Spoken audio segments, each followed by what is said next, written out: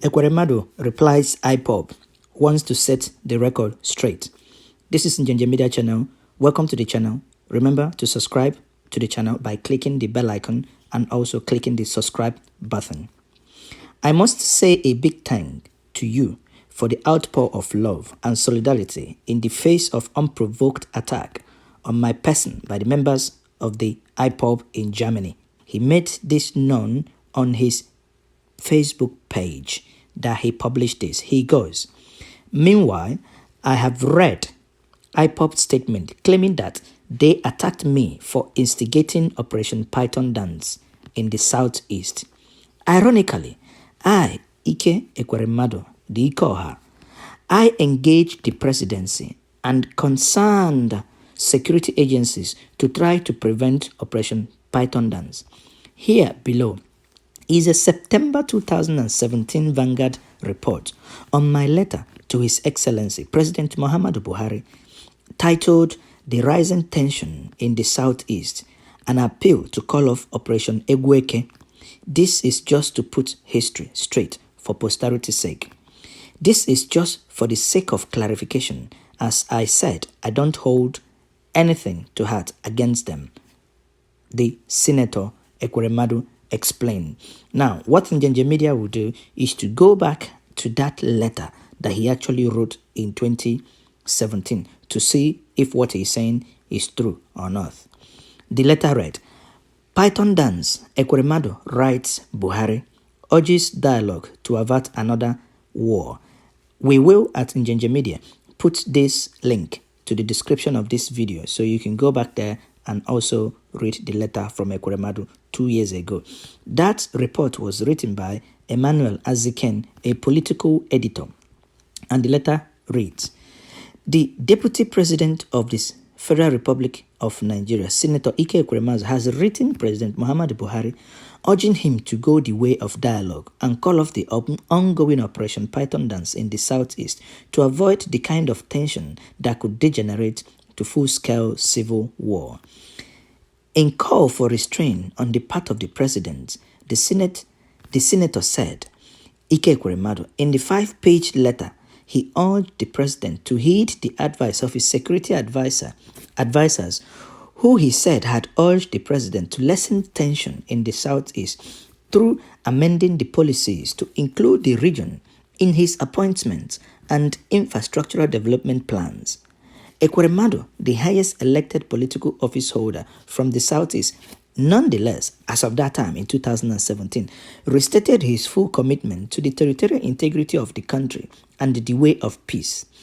In the letter entitled Rising Tension in the East, appealed to call off Operation Egweke and dated 14 September 2017, which was a Thursday, Ekweremadu said he was compelled by the rising tension in the southeast occasioned by Operation Python Dance and the danger to the nationhood inherent in it to appeal to the president to take immediate steps to avert another civil war in Nigeria.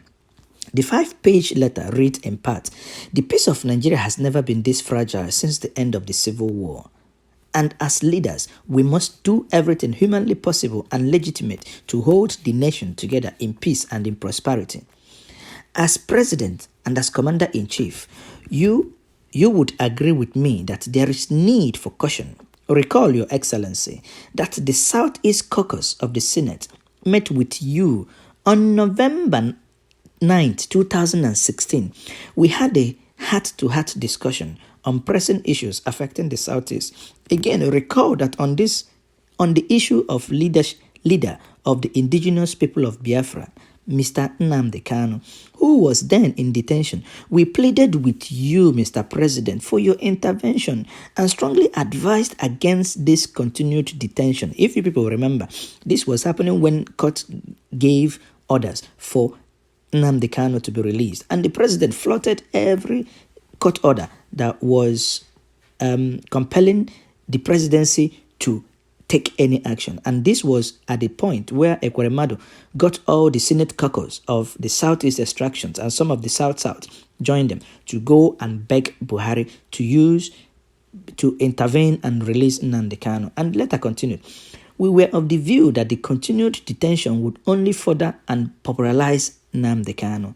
Furthermore, we informed you that when the leader of the movement for the actualization of Biafran, of the sovereign state of Biafra, myself, Chief Raf Wazirike, was detained during the administration of late Umaru Yar'Adua, we approached the former president and appealed to him to immediately release Chief Raf Wazirike to avoid creating a mountain out of a molehill.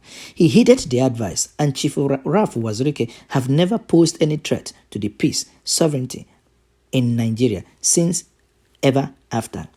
I recall, he continued again, however, that on the appeal for the release of Nnamdi Kanu, you, President Muhammadu Buhari, told us to allow the judicial process to run its course. But in retrospect, it proved to be a big mistake on the side of government, as his continued detention made him a hero among a cross-section of the people. Mr. President, I am afraid, Your Excellency, that the government is embarking on yet again a huge misjudgment today by adopting a military option to the Nnamdi Kanu and the IPOB challenges. Therefore, I most respectfully appeal to you to order the immediate withdrawal of military from the southeast, as their presence can only and indeed already amplifying tension in the southeast. If you people remember, the military, first of all, when they came to Umuahia, they attacked and they went for the Nigerian Union of Journalists office near the Ramat Hospital in Umuahia before they started what they call their show of force, and invaded Nnamdi Kanu's house. And there we lost young Igbo men, people, our brothers. We lost them. If they had listened to what Ekweremadu, if Buhari, that is deaf, that has some problem in his ears, if he had listened to what Ekweremadu was saying at this point, even from 2016, when Ekweremadu was saying releasing Nnamdi Kanu, and not only Ekweremadu, everybody was saying it, but Buhari did not listen. Let us continue on the letter by Ekweremadu. Ekweremadu warned that reactions by the youth to military presence could be unpredictable and irrational, thereby triggering off other reactions in other parts of the country that could lead to a configuration of crisis. As things stands today, Ekweremadu continued, the reaction of the youth in the region is unpredictable. It is also possible that their reaction and action of the military may be misrepresented or exaggerated on the social media and trigger a chain of other actions in other parts of the country. As if he was a prophet. Exactly what he was warning President Buhari was what happened. If you remember, the military started using their armored tank, getting close to Nnamdi Kanu's house, and some boys started to only stones that we were throwing, and the military returned with live ammunitions. We do not know eventually the number of men we lost there. It appears that the IPOB lost even maybe 20 young people that could be any of us. It could be our brothers. It could be a future president in Biafra or in Nigeria tomorrow. But their lives were cut short because the Senate and the Ekweremadu wrote a president who was so vindictive in saying that Nnamdi Kanu remained in prison. That man, Buhari, we do not know why he's like that to the Ndibo. Let us continue on Ekweremadu's letter. Not even Your Excellency or anyone else, for that matter, can certainly foretell the outcome of such chain of action, reaction, and reprisal. But at least you are in a position to imagine the number of avoidable casualties, death, he explained. Exactly, again, because those people we lost in Umuahia, their deaths are and were avoidable, as Ekweremadu predicted. Going further, Ekweremadu wrote, Your Excellency, you were an active participant in the civil war. With the benefit of your age, experience, exposure, and the present political position as the president of this great nation, I know you would not wish any part of Nigeria to go through that experience of the 1967 to 1970 civil war again. I appeal to you, Mr. President, to use these benefits to avert any descent into 1967 to 1970 era and the experience. It is obvious to us, it is obvious to to all of us that the wounds of that war are yet to heal. Therefore, as president, duty calls on you not only to ensure that the wounds fully heal, but also that they do not reoccur. By provisions of Section 2153 of the 1999 Constitution on the powers of the president to deploy the police for the maintenance and securing of public safety and public order, as well as Section 2172, subsection C, on the deployment of armed forces to quell insurrections, I do not believe that the IPOB issue, as it is today, deserves military solution. Ekweremadu was right at that moment. Buhari never listened. And he continued, we must objectively differentiate civil disobedience, exactly what IPOB was doing. Civil disobedience, IPOB had no arm, IPOB had no ammunitions. They were not harming anybody. All they were requesting for was nothing but a civil disobedience to call for referendum. Displeasing as it was, Ekweremadu continues, from insurrection or mutiny. As a general, you would agree with me that the armed forces are not trained to contend civil disobedience or civil protest. Therefore, deploying soldiers in the presence of this, in the present circumstances, is like using fuel to quench candlelight. I am very, very, very worried that our armed forces that are already heavily stretched are being saddled with the responsibilities outside their primary constitutional duties, Ekweremadu wrote. As a lawyer, let me most respectfully, Mr. President, point out that the courts have severally frowned at the deployment of soldiers in circumstances as we presently have in the Southeast, describing it as totally unconstitutional. Ike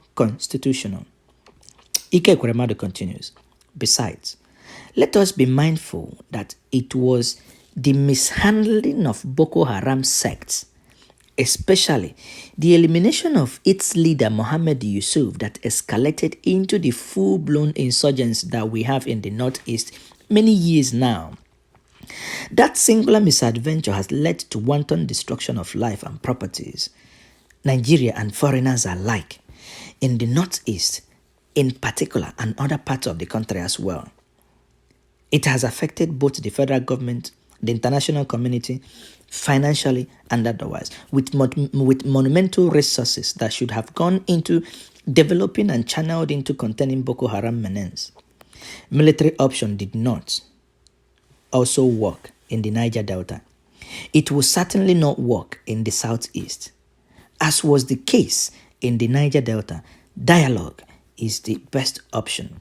With the benefit of hindsight, Mr. President, therefore, it is my hope that you will heed my humble advice to withdraw the military troops, lest we unwittingly find ourselves in the same circumstances as we have in the Northeast. Ekweremadu, who is a strong proponent of united but restructured Nigeria, advised the President to follow up on the dialogue initiated by the Vice President, Professor Yemi Osibanjo, who met with the Southeast leaders, the governors, members of National Assembly, ohaneze, clergymen, traditional rulers, civil society, elder statesmen, and political leaders in his capacity as the acting president while the president was on a medical leave abroad. He added, as a quick win, the position of these leaders was that the federal government should, in the meantime, do more in giving the Southeast a sense of belonging. By addressing the palpable marginalization and exclusion of the region, to diffuse the growing disenchantment with the Nigerian project and sentiment for Nnamdi Kanu's position and message. Your Excellency, you will recall it was exactly the same suggestion earlier adduced by the Southeast Senate caucus during the November 2016 meeting with you.